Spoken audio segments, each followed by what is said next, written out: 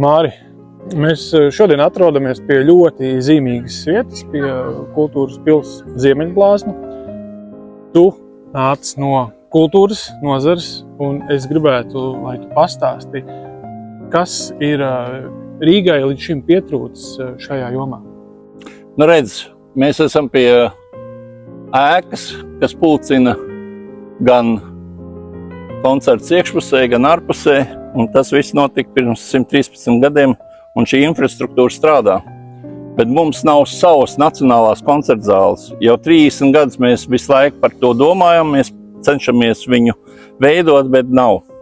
Nu, šobrīd ir tas mirklis, kad arhitekts strādā pie izcilas koncertzāles, un mums kopā apvienotam sarakstam un visiem pārējiem ir jānodrošina, lai pēc tam, kad būs arhitektūra gatava, būs tehniskais risinājums, lai mēs to koncertzāli arī uzceļam.